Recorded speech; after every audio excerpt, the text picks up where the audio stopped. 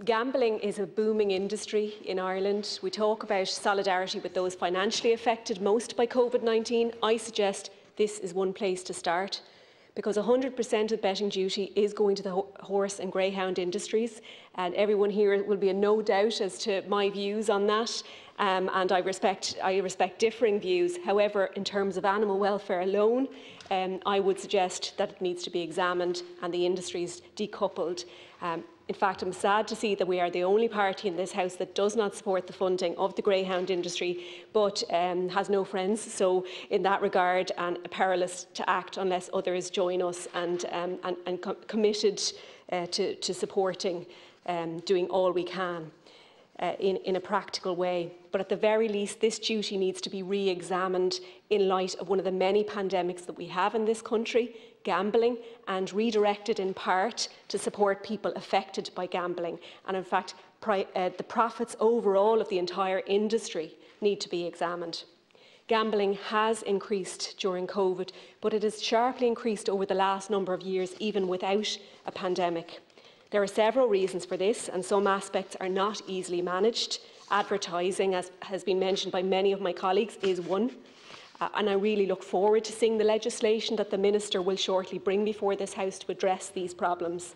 The interdepartmental report indeed specifically looks at the issue of advertising and has recommended that no gambling-related sponsorship of events involving persons under 18 should be allowed, including branded clothing. We know that advertising, in fact, up to now, has been largely unregulated in Ireland. And when we talk about league tables in sport, let's talk about our position as one of the countries at the top of the global league table when it comes to gambling. Right now, compliance with advertising standards is in fact voluntary. The whole area is not easy to address, given that our regulations cannot apply to those outside of the jurisdiction, and sport in particular crosses all borders. Advertising for gambling is everywhere. It's in our phones, it's on our apps, betting odds appearing at half-time of matches. It is in danger of essentially taking the health and the joy out of sport and making sport something that is bad for us, and none of us want to see that. For those who are already identified as addicts, the pervasiveness of advertising means that falling back into their addiction is a real risk. An addiction devastates people, with mental health impacts and the well-being of families financially, especially due to the current ability to gamble on credit, amassing debts not only for the gambler but also for entire families. Gambling is also a child welfare issue. Based on census figures, there were roughly 3,400 Irish children aged 15 to 16 who gamble either problematically or excessively, with problem gambling having doubled in the last 5 years. However, with the pandemic, that figure is likely to be far, far higher. Teens of this age have been at home, largely online, for much of the last year. So, in fairness, what did we all expect? And now it's time to address that problem. Video games, of which I am a fan, but at this stage, they're not always a fun, innocent way to pass the time, but they're in fact increasingly a training ground for gambling.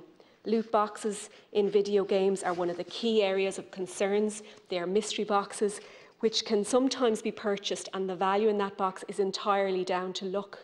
Research published this month from the Universities of Plymouth and Wolverhampton found that loot boxes are structurally and psychologically akin to gambling, and the impact on vulnerable people it impacts on vulnerable people disproportionately.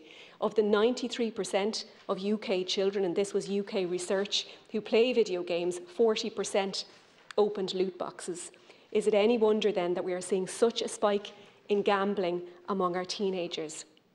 This is why the work of a gambling regulator must be integrated with a digital safety commissioner. The report recommends that the odds of winning are clearly shown, that no engagement in these types of games should be permitted until age is verified, and thirdly, that there's a warning on these games that they include loot boxes.